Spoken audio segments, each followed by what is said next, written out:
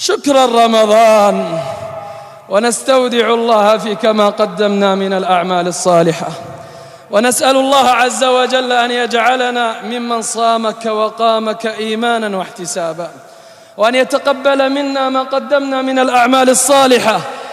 الحمد لله الذي وفق لبلوغ شهر رمضان وهيأ أسباب المغفرة والرضوان.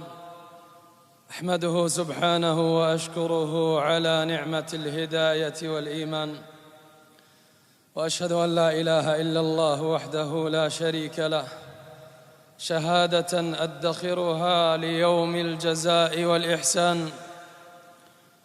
وأشهد أن نبينا محمدًا عبده ورسوله، بين طريق الهدى والرشاد، وحذر من طريق الضلال والعصيان.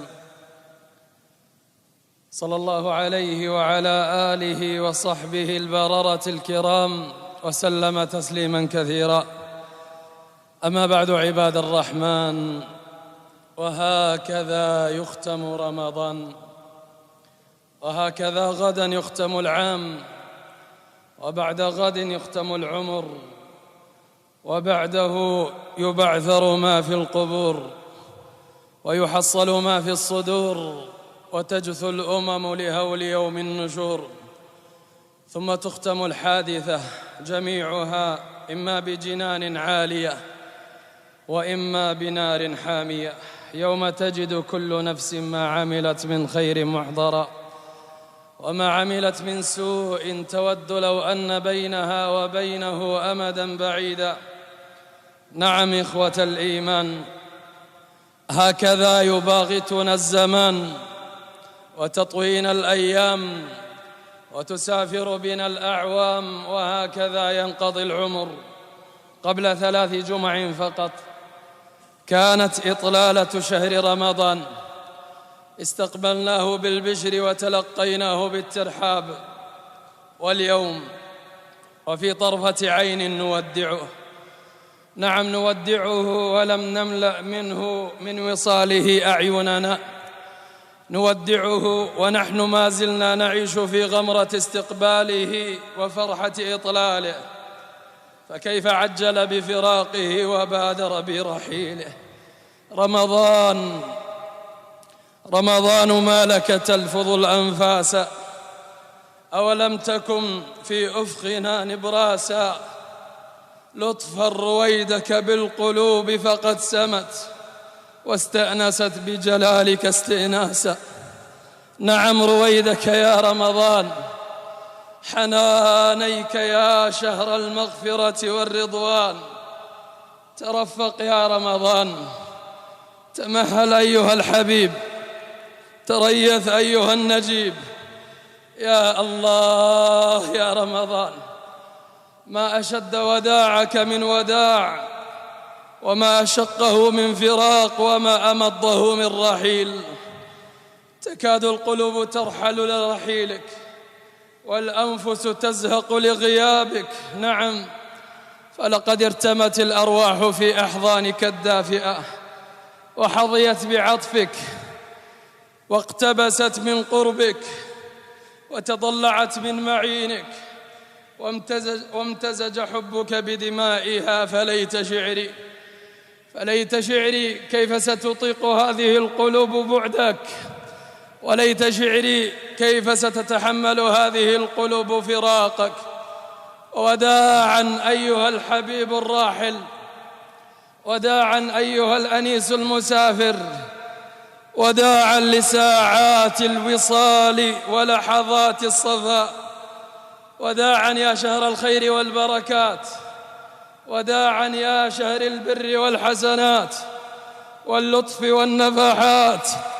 وداعا يا ميدان الطاعة، وداعا يا موسم العبادة، وداعا لأيام صفت فيها النفس، وزكى بها الفؤاد، وسما بها الفكر. الروح تندب والفؤاد يذوب، والدمع من ألم الجوى مسكوب. تلك المساجد والمآذن تشتكي ألم الفراق، وقلبها مقلوب.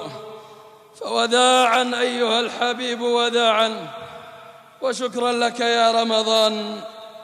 نعم شكرا لك، فلا ندري كيف نجازيك والله، ولا كيف نرد لك الجميل. عباد الله، اعلموا أن رمضان استخرج ما فينا من الخير، وأثبت لنا أننا قادرون على فعل الكثير من الخيرات، وأننا نستطيع الاستزادة من وافر الحسنات، وأننا نستطيع، وهذا لا يقبل الشك، وفينا من القوة على العمل الصالح ما ننافس فيه أهل الصلاح والعبادة في أعلى منازل الجنات، امتثالا لقوله عز وجل: وفي ذلك فليتنافس المتنافسون. فشكرا رمضان، فها نحن صمنا فيك هذه الأيام الطويلة الحارة، لأننا نعلم أن من صام رمضان إيمانا واحتسابا غفر له ما تقدم من ذنبه. وتحملنا فيك من الجوع والعطش، وتركنا لذيذ الشهوات ابتغاء عظيم الأجر من رب الأرض والسماوات، كما قال رسولنا عليه الصلاة والسلام: كل حسنة يعملها ابن آدم تضاعف الحسنة ب10 أمثالها إلى 700 ضعف إلا الصوم، فإن الله تعالى يقول: فإنه لي وأنا أجزي به. يدع طعامه وشرابه وشهوته من أجلي، فأبشروا أبشروا يا أهل الصوم، أبشروا، فإن الله عز وجل قد أعد لكم ثوابا لا يعلمه إلا هو عز وجل. قولوا لي: كيف بثواب من لا تنقص خزائنه شيئا ولو أنفق منها ما أنفق؟ قولوا لي: كيف بثواب من لا ينقص من ملكه شيئا ولو أنفق منه ما أنفق؟ شكرا رمضان، فقد علمنا الصيام، ومن صام رمضان فإنه يستطيع أن يصوم 6 أيام بعده، لحديث أبي أيوب رضي الله عنه وأرضاه قال أن رسول الله صلى الله عليه وسلم قال: من صام رمضان ثم أتبعه 6 من شوال فكان كصيام الدهر. وذلك عباد الله لأن الحسنة ب10 أمثالها، وصيام رمضان كصيام 10 أشهر، وصيام 6 أيام كصيام شهرين، فبذلك تم صيام العام. واعلموا أن المحافظة على الصوم إخوة الإيمان لا نظير له في العبادات. فعن أبي أمامة رضي الله عنه قال: قلت يا رسول الله دلني على عمل أدخل به الجنة، فقال عليه الصلاة والسلام: عليك بالصوم فإنه لا مثل له، عليك بالصوم فإنه لا مثل له. فكان أبو أمامة رضي الله عنه وأرضاه لا يرى في بيته الدخان نهارا إلا إذا نزل به ضيف، وذلك من كثرة صيامه وأخذا لوصية حبيبه عليه الصلاة والسلام.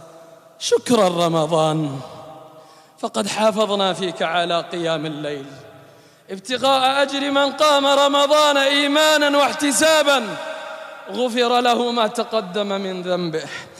ذلك القيام الذي أخبرنا عنه رسولنا عليه الصلاة والسلام، فقال صلى الله عليه وسلم: عليكم بقيام الليل فإنه دأب الصالحين قبلكم، وإن قيام الليل قربة إلى الله ومنهاة عن الإثم وتكفير للسيئات، فلا تحرم نفسك يا عبد الله هذا الفضل، ولا تترك قيام الليل بعد رمضان، ولا تترك الوتر.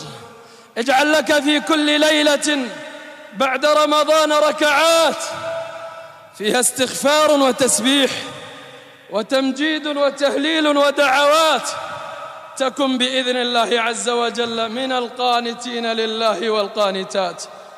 شكرا رمضان، شكرا رمضان، فقد ختمنا فيك القرآن مرة أو مرات، فشكرا رمضان.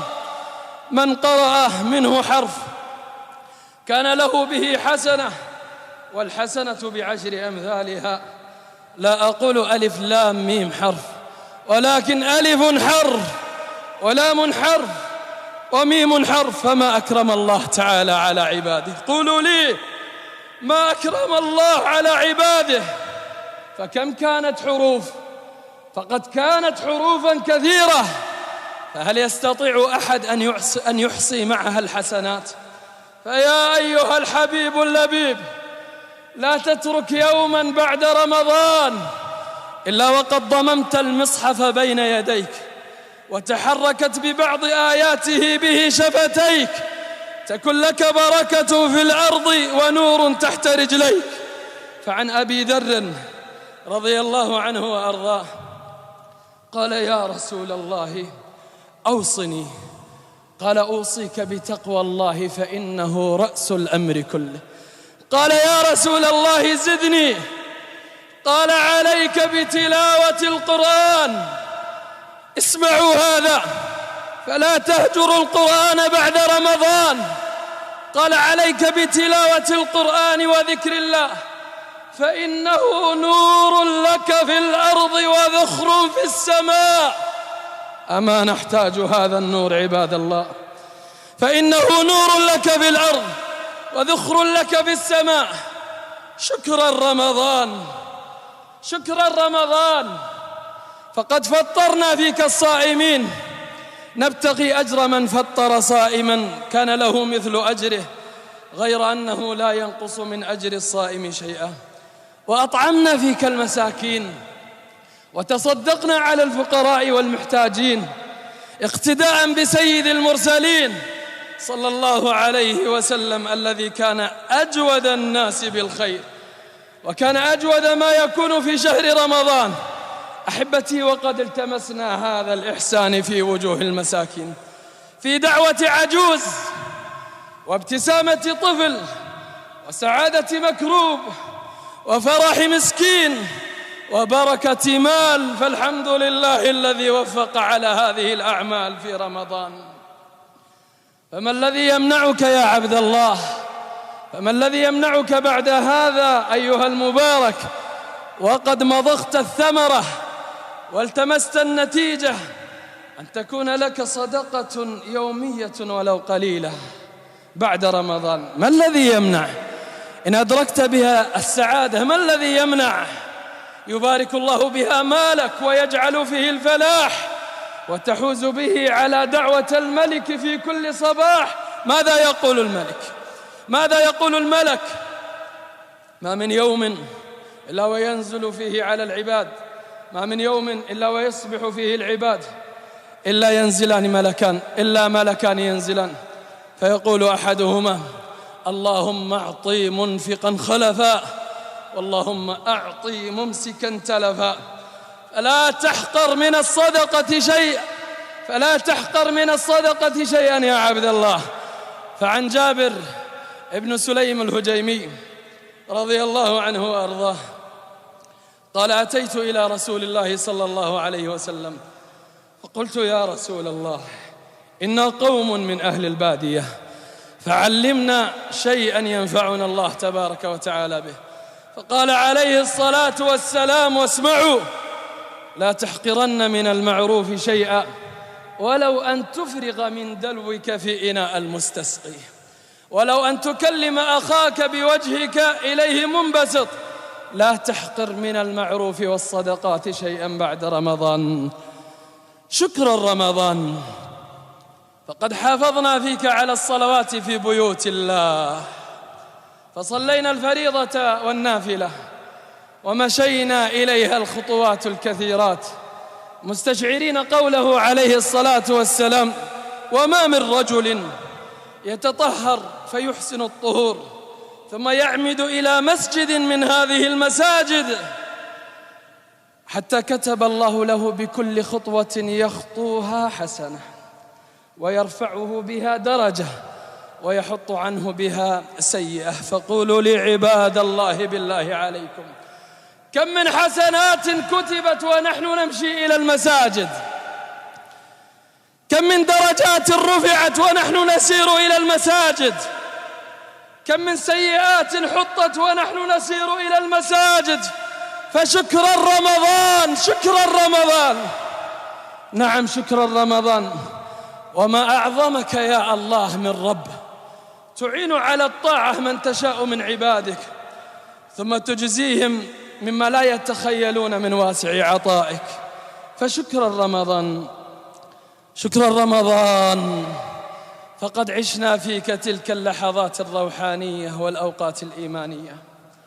نمشي إلى المسجد في صلاة الفجر ونشعر بسعادة غارمة لا نعلم سببه، ولكننا نستبشر ببشرى النبي صلى الله عليه وسلم حين قال: بشر المشائين في الظلم إلى المساجد بالنور التام يوم القيامة. شكرا رمضان، لأنك علمتنا أن نتقلب في أنواع الطاعات ونجني جميع وجميل أعمال البر من بساتين الصالحات. نشكرك، نعم نشكرك، وسوف نشكرك في ذلك اليوم الذي لا ينفع فيه العبد إلا ما قدم من الحسنات. كما قال رسولنا عليه الصلاة والسلام: يؤتى الرجل في قبره، اسمعوا عباد الله، يؤتى الرجل في قبره فإذا أتي من قبل رأسه دفعته تلاوة القرآن، وإذا أتي من قبل يديه دفعته الصدقة، وإذا أتي من بين رجليه دفعه مشيه إلى المساجد. حينها ستعلم يا عبد الله أهمية هذه الأعمال في رمضان. حينها سيعلم من قدم في رمضان، حينها سيعلم الحصن الذي يجده في القبر من العذاب. حينها سيعلم أهمية هذه الأعمال، فكيف لا نشكر رمضان؟ شكرا رمضان، ونستودع الله فيك ما قدمنا من الأعمال الصالحة، ونسأل الله عز وجل أن يجعلنا ممن صامك وقامك إيمانا واحتسابا، وأن يتقبل منا ما قدمنا من الأعمال الصالحة، وأن يعيده علينا أعواما مديدة ونحن في صحة وخير وهدى، والأمة الإسلامية في عز وتمكين. أقول قولي هذا وأستغفر الله لي ولكم فاستغفروه إنه هو الغفور الرحيم. الحمد لله العليم الحكيم العلي العظيم، خلق كل شيء فقدره تقديرا. أحمده على صفاته الكاملة، وأشكره على آلائه السابغة، وأشهد أن لا إله إلا الله وحده لا شريك له، له الملك وله الحمد وهو على كل شيء قدير. وأشهد أن نبينا محمدًا عبده ورسوله البشير النذير، صلى الله عليه وعلى آله وصحبه والتابعين لهم إلى يوم المصير، وسلم تسليما كثيرا. أما بعد، عباد الله، فاعلموا بارك الله فيكم أن الله تعالى قد شرع لكم في ختام شهركم أن تؤدوا زكاة الفطر، وهي فريضة على الحر والعبد والذكر والأنثى والكبير والصغير من المسلمين. فعن عبد الله بن عمر رضي الله عنهما قال: فرض رسول الله صلى الله عليه وسلم زكاة الفطر صاعا من تمر أو صاعا من شعير على الحر والعبد وعلى الذكر والأنثى وعلى الصغير والكبير من المسلمين. يجب على المسلم إخراجها عن نفسه وعمن تلزمه نفقته ومؤونته من زوجة أو ولد أو قريب إذا لم يستطع إخراجها عن نفسه، ولا تجب إلا إذا كانت زائدة عن الحاجة عن قوت يوم العيد وليلته. عباد الله، أما حكمتها إخوة الإيمان فقد جاء عن عبد الله بن عباس رضي الله عنهما قال: فرض رسول الله صلى الله عليه وسلم زكاة الفطر طهرة للصائم من اللغو والرفث وطعمة للمساكين، فمن أداها قبل الصلاة فهي زكاة مقبولة، ومن أداها بعد الصلاة فهي صدقة من الصدقات. والواجب وجنس الواجب في زكاة الفطر عباد الله هو طعام الآدميين من تمر ورز وبر وزبيب وإقط وغيرها، كما قال أبو سعيد رضي الله عنه وأرضاه: كنا نخرج يوم الفطر في عهد النبي صلى الله عليه وسلم صاعا من طعام، وكان طعامنا الشعير والزبيب والإقط والتمر. واعلموا عباد الله بارك الله فيكم أنه لا تجزئ القيمة عن الطعام في المال في إخراج زكاة الفطر، وذلك لأنه خلاف ما أمر به النبي صلى الله عليه وسلم. فقد ثبت عنه أنه قال عليه الصلاة والسلام: من عمل عملا ليس عليه أمرنا فهو رد. وإن صدر هذا العمل عن كائن من كان مردود عليه، وذلك لأن إخراج القيمة عباد الله مخالفا كذلك لعمل الصحابة رضي الله عنهم وأرضاهم الذين كانوا يخرجونها صاعا من طعام. خير الهدي هو هدي النبي صلى الله عليه وسلم، اتبعوه تهتدوا ولا تخالفوه عباد الله. نعم عباد الله. وأما زكاة الفطر مقدارها هو صاع بصاع النبي صلى الله عليه وسلم، وهو ما يقارب ويساوي في هذا الزمن من 2.5 كيلو إلى 3 كيلوات من الرز أو غيره من قوت البلد. ووقت وجوب زكاة الفطر غروب الشمس ليلة العيد، وهي واجبة حين ذاك على من كانت عليه واجبة، وإلا فلا. ولا يجوز تأخيرها عن صلاة العيد.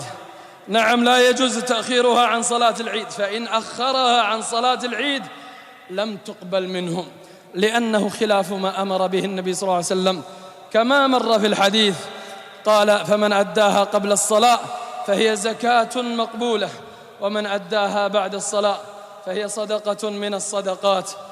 إنما يجوز تأخيرها لمن كان له عذر فلا بأس، كمن يصادفه العيد وهو في البر مثلا فليس عنده ما يدفع منه ولا من يدفع إليه، فهذا معذور. فأخرجوا زكاتكم عباد الله، طيبوا بها نفسا، وأخرجوها كما أخرجها النبي صلى الله عليه وسلم: صاعا من طعام طهرة لكم من اللغو والرفث.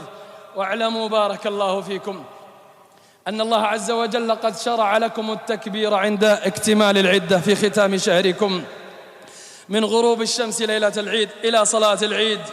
قال الله عز وجل: ولتكملوا العدة ولتكبروا الله على ما هداكم ولعلكم تشكرون. وصفته عباد الله أن تقول، وصفته يا عبد الله أن تقول في هذا التكبير: الله أكبر، الله أكبر، لا إله إلا الله، والله أكبر، الله أكبر، ولله الحمد. يسن الجهر به للرجال في المساجد والطرقات والبيوت إعلانا بتعظيم الله عز وجل وإظهارا لعبادته وشكره. ويستحب لكم عباد الله في ختام شهركم أن تكثروا من الاستغفار.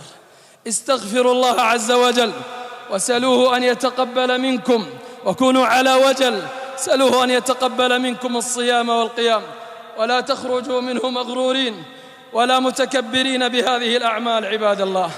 هذا، وصلوا رحمني الله وإياكم وسلموا على الرحمة المهداة والنعمة المزداة نبيكم محمد بن عبد الله، كما أمركم بذلك الله جل في علاه، فقال: إن الله وملائكته يصلون على النبي يا أيها الذين آمنوا صلوا عليه وسلموا تسليما. اللهم صل على محمد وعلى آل محمد كما صليت على إبراهيم وعلى آل إبراهيم في العالمين إنك حميد مجيد، وبارك على محمد وعلى آل محمد كما باركت على إبراهيم وعلى آل إبراهيم في العالمين إنك حميد مجيد. اللهم إنا نسألك بأسمائك الحسنى وصفاتك العلى، اللهم يا ذا الجلال والإكرام، اللهم إنا نسألك أن تجعلنا ممن صام وقام رمضان إيمانا واحتسابا. اللهم إنا نسألك أن تجعلنا ممن صام وقام رمضان إيمانا واحتسابا. اللهم إنا نسألك أن تجعلنا ممن أدرك ليلة القدر. اللهم إنا نسألك أن تجعلنا ممن أدرك ليلة القدر ويدركها يا ذا الجلال والإكرام يا رب العالمين. ربنا آتنا في الدنيا حسنة وفي الآخرة حسنة وقنا عذاب النار. والحمد لله رب العالمين، وصل اللهم وسلم على عبدك ورسولك محمد وعلى آله وصحبه أجمعين.